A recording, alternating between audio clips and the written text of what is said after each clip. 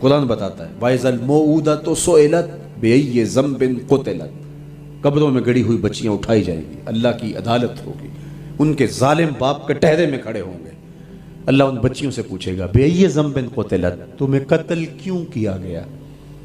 اب ان بچیوں کو تو پتہ ہی نہیں ہمیں کیوں قتل کیا گیا۔ ابھی آنکھ کھلنے نہیں پائی تھی کہ بند کر لی گئی، زبان بولنے نہیں پائی تھی کہ نوچ لی گئی، زندگی کا پھول ابھی کھلا ہی نہیں تھا کہ مرجھا گیا۔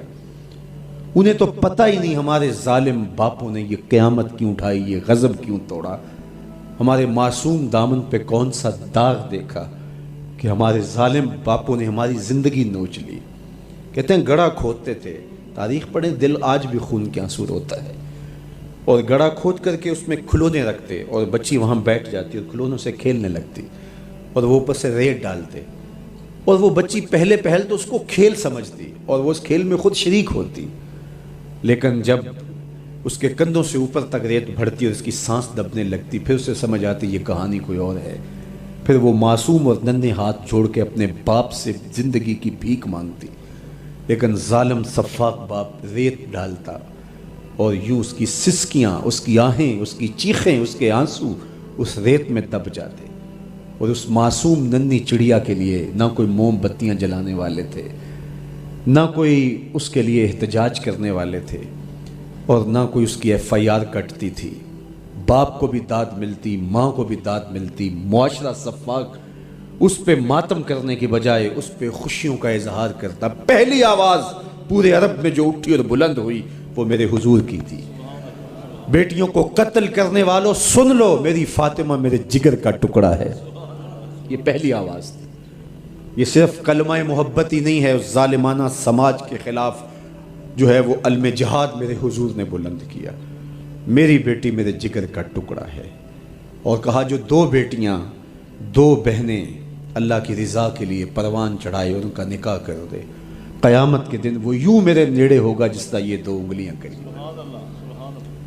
یہ جب میرے حضور نے فرمایا، مجمع سے ایک شخص کھڑا ہو گیا، حضور کیا جس کی دو بیٹیاں نہیں ہیں اس کو یہ اعزاز نہیں ملے گا؟ کسی بیچارے کی دو بیٹیاں نہ ہو، ایک بیٹی ہو، تو کیا اس کو یہ اعزاز نہیں ملے گا کہ وہ آپ کا ساتھ پائے؟ حضور نے فرمایا اسے بھی ملے گا، لیکن میں آپ کو دعوت فکر دیتا ہوں کہ اس سوال کے پیچھے کی کیفیت دیکھیے۔ اس کی ایک بیٹی تھی، کہاں بیٹیاں زندہ درگور ہو رہی ہیں، اور کہاں ایک بیٹی والا کہتا ہے کاش کہ میری بھی دو بیٹی۔ یہ تھا لایا ہوا میرے حضور کا نظام۔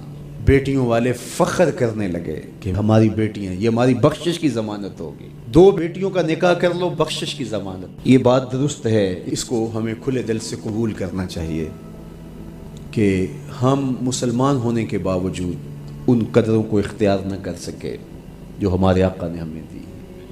اکبر الہآبادی نے کہا تھا مس پہ ہے اپنی نظر اور سیم ان کے ہاتھ میں۔ ہم تو تانبے پہ نظر جمائے ہوئے ہیں اور چاندی وہ لوگ لے گئے۔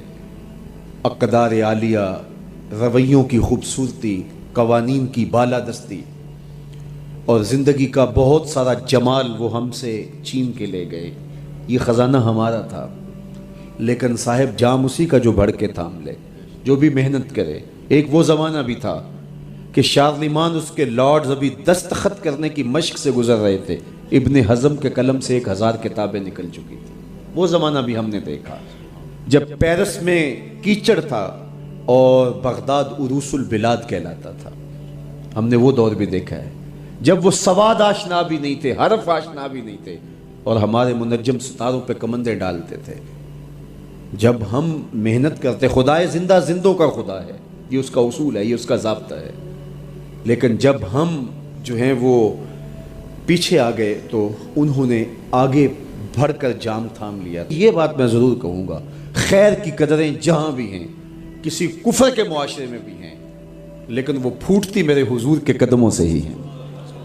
چوکھٹ اسی سے ہی فیض اور نور اور روشنی پھوٹی ہے، اجالے یہی سے گئے ہیں، ورنہ انسان آج بھی زنجیروں میں جکڑا ہوتا۔ وہ کیسا سماج تھا کہ جب بیٹی کو زندہ درگور کر کے باپ آتا تھا تو معاشرہ اسے داد دیتا تھا کہ تو نے اپنی آبرو بچا لی ہے، تو نے اپنی عزت بچا لی ہے۔ اور یہ اتنا بڑا گھنونا جرم، قیامت کے دن سب سے پہلا سوال نماز کا ہوگا لیکن سب سے پہلا فیصلہ قتل کا ہوگا. دوسرے لفظوں میں یوں کہہ لیجئے حقوق اللہ میں سب سے پہلے نماز کا سوال ہوگا اور حقوق العباد میں سب سے پہلا فیصلہ جو ہے وہ قتل کا ہوگا. اور قتل میں بھی وہ بچیاں جو زندہ درگور کی گئی ان کا مقدمہ پہلے لایا جائے گا.